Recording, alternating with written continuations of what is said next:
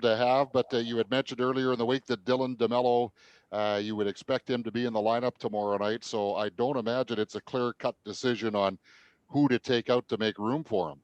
Yeah, you know what? Sometimes you'll take a guy out of the lineup. You're right, Kelly. It's actually good sometimes. You can take a player out that's performed well, and it's about pairings and matchups and all those other things that go into it. It's not just about the individual players. So Dylan will draw back into the lineup tomorrow, and we'll make that decision tomorrow. Go ahead, Ken. Afternoon, Paul. Just on the housekeeping side, what's the latest with Patrik Laine? So Patrik didn't skate again today, so I don't have him as a player tomorrow. Thank you. Okay, Ted, go ahead. On that front then, Paul, what's the latest with Tucker Poolman? Tucker's still in the acronym. So I'm not allowed to discuss any of the players that are in the protocol. Okay, over to Josh Clipperton. Hey, Paul, hopefully get a little longer answer from this one. I'm just wondering, you just came off. Hold on, are you beefing the length of answers? I'm sorry. You know what? I'm reminded of the guy who told, was it Scotty Bowman? No, it was Glenn Sather. Came in, wasn't happy with his 12 minutes, so he paid him 2 and asked him how he liked his 12 minutes after that game. This will be a one-worder, Jeff. Basically, you've set yourself up for that. Go ahead. What's fair enough. Well, hopefully not. But you came off your first road trip in these unprecedented times. I'm just wondering, from a coaching perspective, what it looked like off the ice and how difficult it is to maybe integrate some of the younger players into the group. And coaches like to go out for dinner on the road. Just all those things into it. I think you can almost find, that was really short. You thought that's all I was giving you. No. I think in this, you can find something positive to go with every negative. So there's lots of challenges, right? And they're just challenges. I mean, you are separated from the group, but we've got a much bigger group. So there are times though, maybe not all, 29 guys are in one place at one time, but we'll go out for kind of an optional skate today, and we'll have more players than we would ever have. So these other 12 guys that are skating together do get a connection with players that they wouldn't. Maybe 6 or 7 of these guys would be with the Moose. So for sure, there's a separation, and the protocols are tight and pretty well laid out. So we all understand, for the most part, where you're supposed to be and how you interact. And yeah, it is a challenge.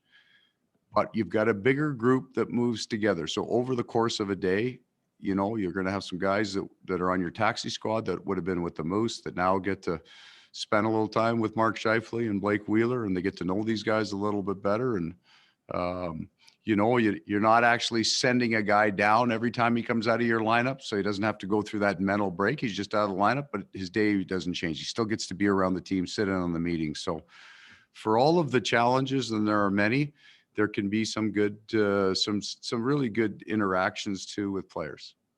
Thanks, Paul. Mike McIntyre.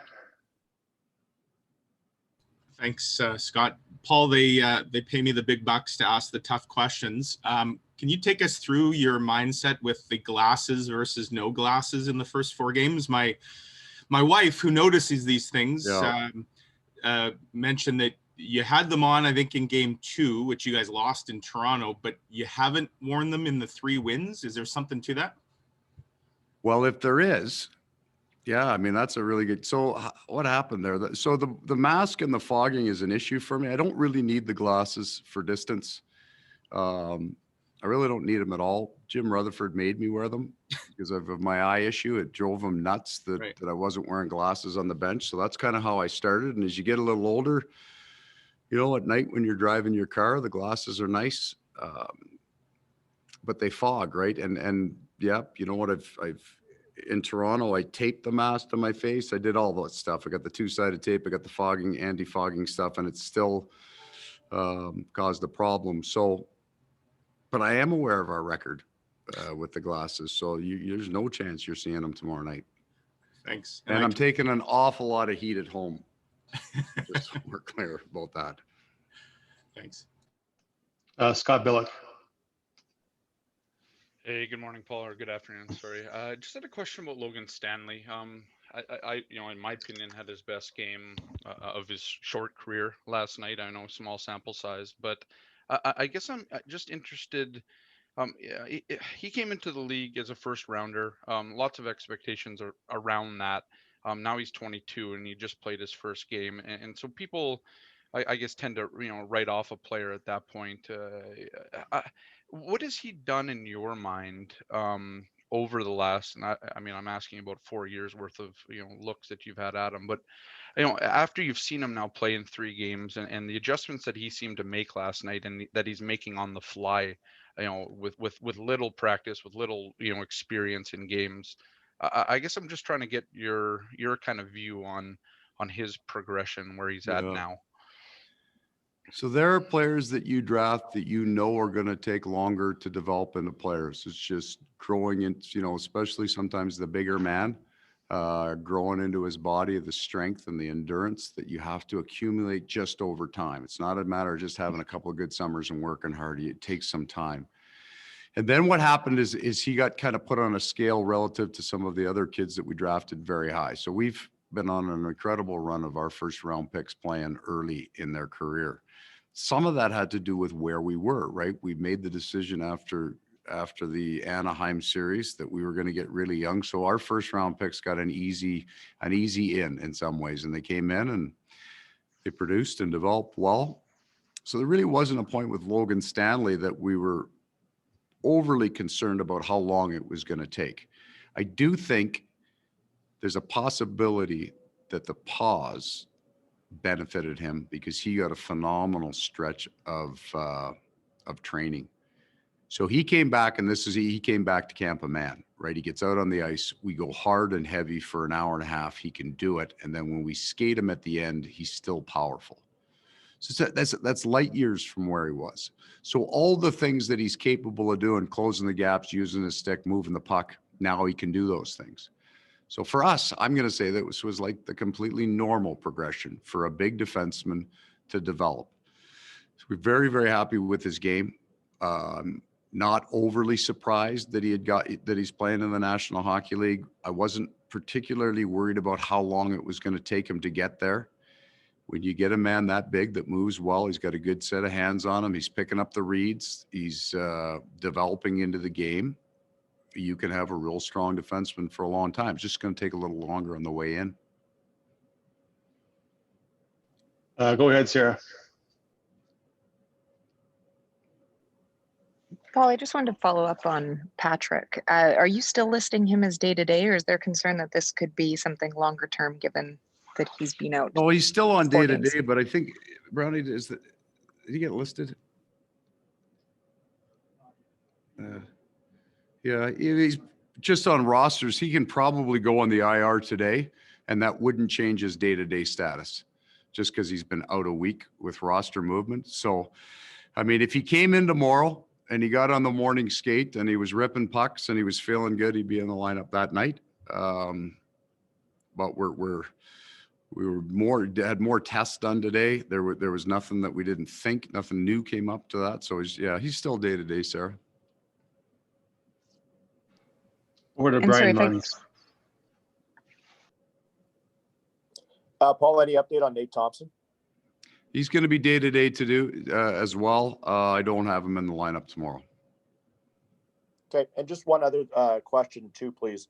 Just, you saw it in playoffs over the last few years. You had the late start. You've got the 9 o'clock tomorrow. You've got the 8 o'clock on Sunday. Just how does that alter your day with your club? And we all know that everybody in the game is such creatures of habit. Yeah, you know what? You just deal with it because the morning ice time skates are set by the league, right? So even if you got a 9 o'clock game, it doesn't change until it gets to about 6 o'clock and those start shifting. So we're kind of blocked into our time, the skates. So the morning routine doesn't change.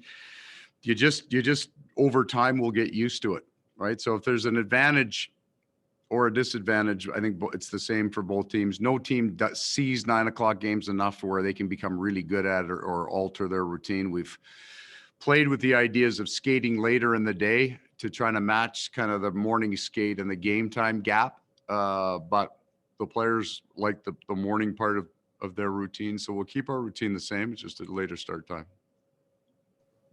Jeff Hamilton.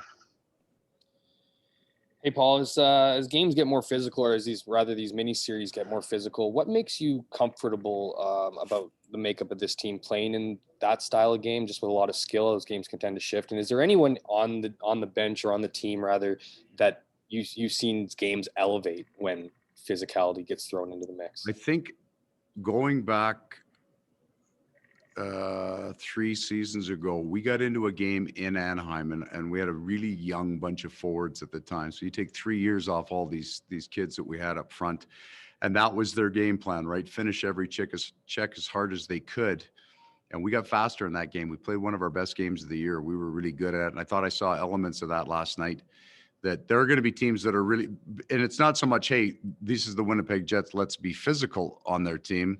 It's how, the Ottawa Senators are built. They're built with a bunch of those guys to finish all their checks. And you've got to play as fast as you possibly can. We also got, again, we're not young anymore. So this isn't the first time we would have seen that. Oh, I thought we handled it right. The best deterrent on an overly physical team is going to be your power play. We need to get that up and running, because if you get put on the power play as many times as we did last night, you can quiet a game down pretty quick. And back to Ted. Just to follow up on what Jeff was asking about, Paul, there certainly seemed to be a fair bit of anger from both sides in the third period yesterday. Do you expect to see that carry over tomorrow? So I didn't feel that. I'm just from the bench level, and maybe because there's no crowd to really give you that big buzz when the scrums start. Yeah, there was some chirping, but I think both teams start with a real appreciation for the value of 2 points this year. Like, you cannot burn a game. If your plan is to make the playoffs, you can't burn a game. So both teams come right back to ground zero on the way the game started yesterday and 2 games ago. You got to do everything you can to win a hockey game.